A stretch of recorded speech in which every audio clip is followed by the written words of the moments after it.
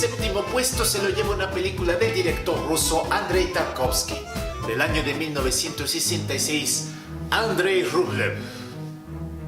Como diría el historiador cinematográfico George Shadul, el cine llegará a su estatus de arte cuando el poeta incursione en él. Indiscutiblemente el poeta más grande que ha dado el séptimo arte es Andrei Tarkovsky, considerado así hasta por cineastas como Ingmar Bergman. En Andrei Rublev están presentes ya los elementos importantes y constantes de la construcción narrativa de la filmografía de Tarkovsky, que es un autor en toda la expresión de la palabra, y todas sus películas representan una obra en sí misma, ya que su visión del mundo es constante en ellas.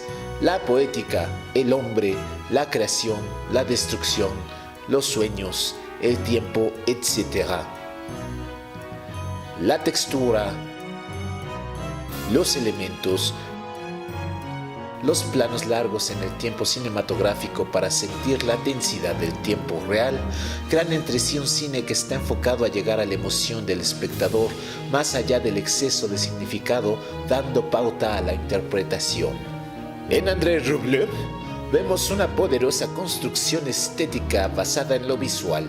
A veces sin tanta anécdota, intensifica el conflicto entre la creación y la destrucción, entre el arte y la vida, entre la fe religiosa y el desencanto del hombre en su realidad, y por supuesto es una alegoría del proceso creativo. Andrei Rublev no es un héroe, pero sí es un artista. La cinefotografía parece en sí misma ser un conjunto de pinturas vivas de los pintores Bruegel el Viejo y Bruegel el Joven. Estamos en la Rusia medieval trasladados en el tiempo. El tiempo como materia prima que se descompone aunque parece carecer de orden, tiene un sentido orgánico bien planteado.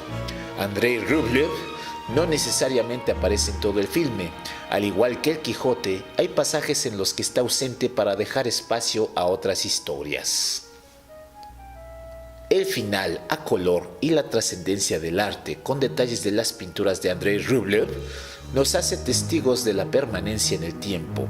De esta forma, el arte simboliza el sentido de nuestra existencia. Movimiento constante en el encuadre.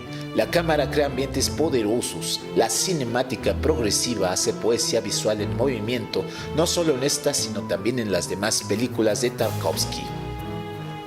La poesía está hecha para ser dicha y escuchada, y la poesía en el cine está hecha para ser vista e ir más allá de la mera retórica de las imágenes, es decir, de lo bien dicho.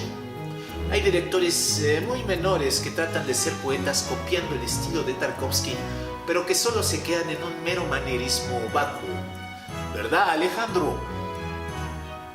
La carga poética audiovisual en esta película de Tarkovsky hace despegar las imágenes en pantalla, creando nuevas frases visuales que hacen que vuelen los sentidos del espectador. Rasgo que ya habíamos presenciado desde la infancia de Iván y que seguirán presentes en sus siguientes films. Andrei Tarkovsky, sin duda el poeta más grande del cine.